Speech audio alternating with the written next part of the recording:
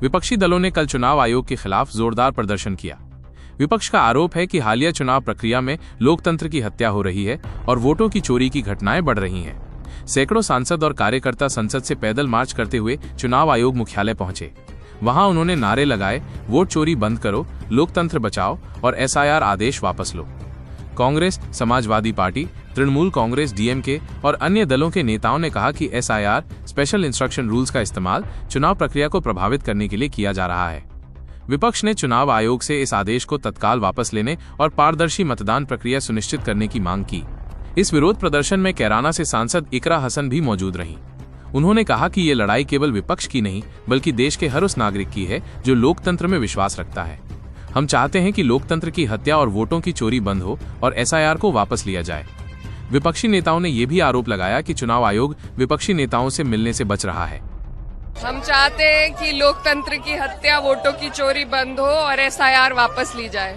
सब चीजें कर सकते हैं अगर इसी तरीके से जो चीज हमें सबसे प्यारी है, हमारी लोकतंत्र, हमारी डेमोक्रेसी, अगर उसके साथ ऐसा होगा तो हर हद तक जा सकते हैं।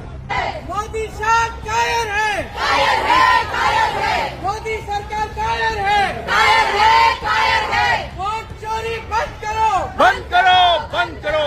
वोट चोरी नहीं चलेगी, नहीं चलेगी, नहीं चलेगी। वोट चोरी नहीं चलेगी।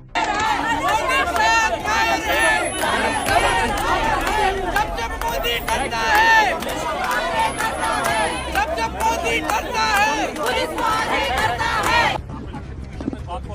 हाँ नहीं, देखिए हिंदुस्तान की डेमोक्रेसी की हालत देखिए। 300 एमपीज इलेक्शन कमीशन से मिलना चाहते हैं और कहते हैं कि हम डेलीगेशन लेके आएंगे, हम आपको एक डॉक्यूमेंट देना चाहते हैं। इलेक्शन कमीशन कहता है नहीं, 300 एमपीज नहीं आ सकते हैं। तो यही हालत है, क्योंकि डरते हैं। 300 एमपीज आ गए और वहाँ पे सच्चाई निकल आई और हमने उनको थोड़ा जो उनके काम की सच्चाई है दिखा दी। That is why.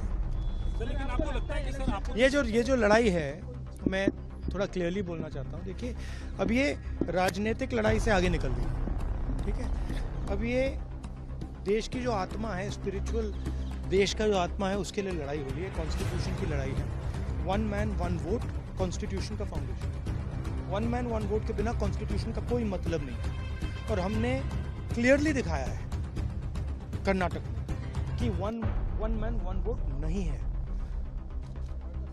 Multiple man multiple vote, 1 man multiple vote, सारा कुछ चल रहा है, ठीक है। तो ये अब लड़ाई पूरी की पूरी ऑपोजिशन लड़ रही है और हिंदुस्तान के जो युवा हैं उनको ये बात समझ आ गई है। तो अब इलेक्शन कमीशन को छुपना काफ़ी मुश्किल हो जाएगा। अरे भाई, उन्हीं का डेटा है, वो अपने वेबसाइट से वही डेटा निकाल दें। मेरा डेटा थोड़ी है कि मैं साइन करूं, उनका डेटा है। आप उठाइए अपना डेटा, हमने आपको ही दिया है, आप उसको अपने वेबसाइट में लगा दीजिए, पता लग जाएगा आपको। मतलब डिस्ट्रैक्ट करने का काम है, ठीक है। और एक और बात, आप ये मत सोचिए कि सिर्फ बेंगलोर में हुआ है ये देश में अलग अलग कंस्टिट्यूंसीज में हुआ है और इलेक्शन कमीशन जानता है। इलेक्शन कमीशन जानता है कि वो उसका जो डेटा है वो फटेगा।